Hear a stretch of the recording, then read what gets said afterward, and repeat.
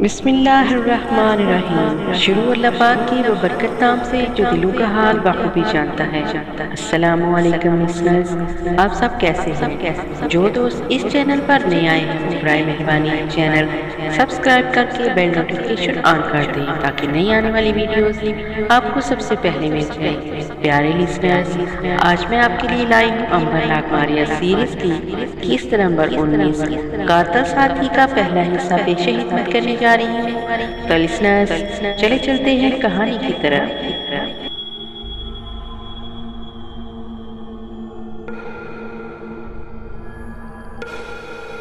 آدم اور امبر کو جال میں جکڑ کر جنگل کے اندر لے گئے۔